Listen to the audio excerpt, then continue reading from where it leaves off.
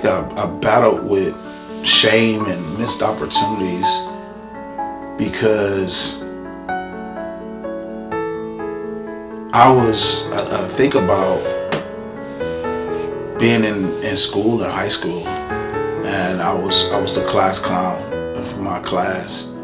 And one thing I'm ashamed about is that there was plenty of people that I roasted. That's what we call roasted when we crack jokes on people. But there were plenty of people that I roasted. Plenty of people roasted me. That's just the way that we did. That's the way kids did. But there was this one young lady who was in my class, and I used to roast her all the time. And I think I missed the opportunity to say something to her in school before we graduated. Missed the opportunity to apologize when I was a young man, when I was a teenager. And I ran into her as an adult, and I never forget, I was talking to her and she opened up for whatever reason and told me that I made her feel bad. And she used to go home and cry and be sad and all that from the things that I used to say to her back in school. And I was very shameful for that because that's not what type of person I am. People did that to me. They talked about me and laughed at me, and it was very hurtful. And I think that's where it came from. You know, I've heard the saying plenty of times, hurt people hurt people. So I think because I was hurt, I wasn't intentionally trying to hurt her, but I think I hurt her. You know, well, I know I did because she told me. And I did get the opportunity to apologize to her then, but I don't think it resonated with her. So she know who she is if she sees this. But I just want to take the time now in front of the world during this documentary to say to her that I am truly sorry. I apologize for, you know, talking about you like I did in school. I was young, just trying to have fun like kids do. And I'm not trying to make an excuse or anything, but I definitely, if I had known that it affected you in that manner, I surely would have apologized to you back then in school. So I'm taking the time now again to say that I apologize for making you feel the way that you felt, because that's not good. And who knows, it could be affecting her to this day, and I don't know. But I'm definitely ashamed of that, and I've definitely forgiven myself. But that's just to answer your question. That was one of the things that I was ashamed of, and ashamed that I missed the opportunity to make that right before we even graduated from high school.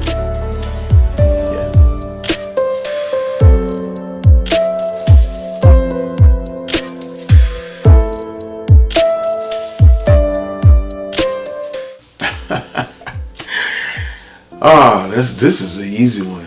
You know, I don't give credit to nobody, you know, who brought me out of my darkest hour.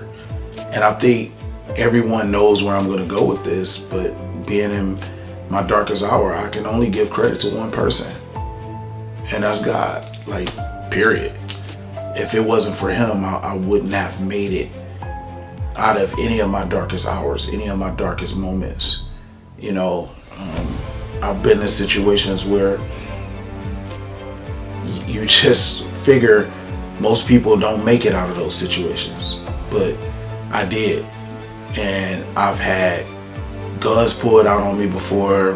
I've been in situations where I could have been in a terrible accident. Like, I remember one of my childhood friends used to steal cars, and I remember he came over to my house and picked me up, and I seen the car. I was like, oh, cool, like, he has a car. And I wasn't thinking. And so I went outside. I left out the house and went outside and jumped in the car with him, not thinking about, first of all, what my mother would do to me. But I did that, And as we were riding up my street, the police, the main street, cross intersection of Main Street, before we get to the main street, the police rolled by. And they rolled by, it wasn't like they rolled by looking for us or anything like that. They were just riding by. But because I seen them, it scared the daylights out of me. So I jumped out of the car while it was still moving, tumbled, and took off running back towards my house. And I remember hearing my friend like, what you doing? What you doing? I'm like, the police. He like, they ain't coming for us. But I didn't care. I was headed back home, and I wasn't scared that the police would like arrest me or anything like that. But I was afraid that if the police had got me, they were gonna tell my mom. And I was more afraid of my mom than the police. Like, real talk. But that happened, and that's when it hit me. What if the police would have seen us and that car had been reported stolen and we got into a chase? We see it all too many times.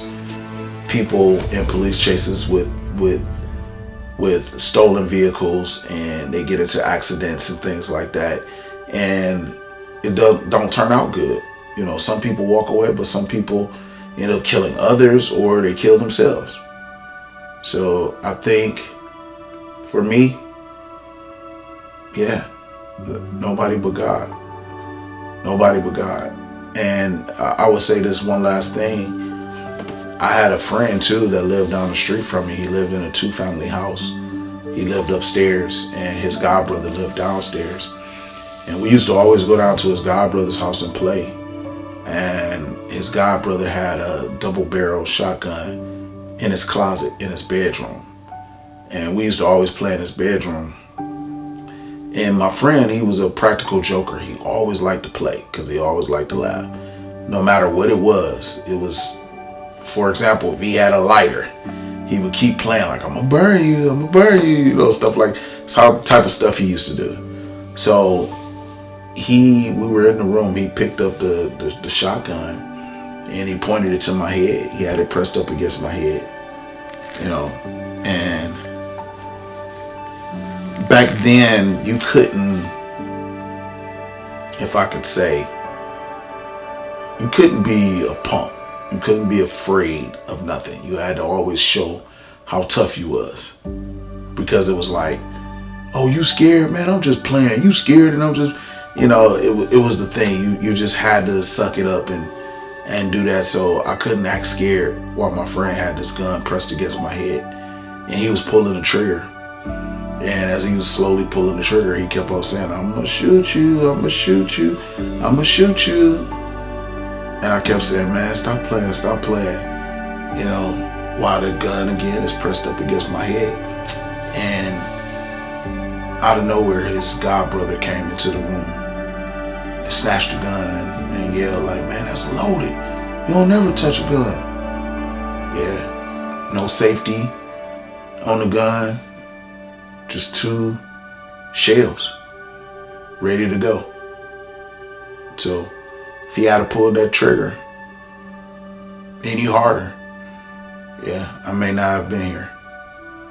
So outside of me, which even that I can't even give credit to myself or anything. All credit goes to him, everything, because he's the reason why I'm who I am, why I'm able to do the things that I'm able to do, because of him. Nobody else.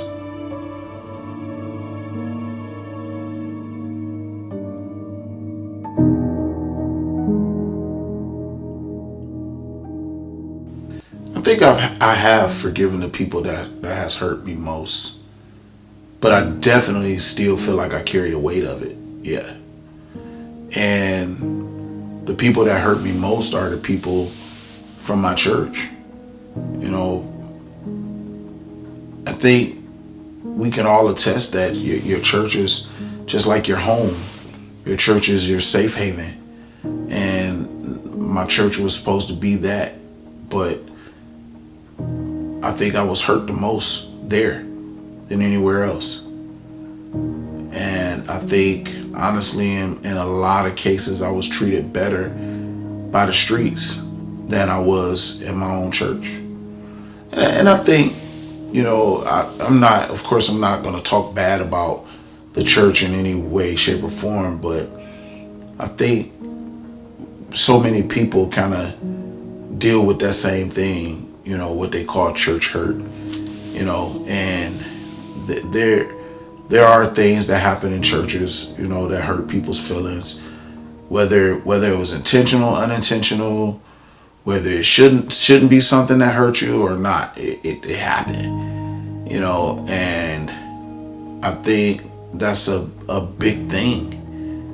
I think that's a big thing because, in my opinion, just growing up, I think the churches are now, they've always been businesses.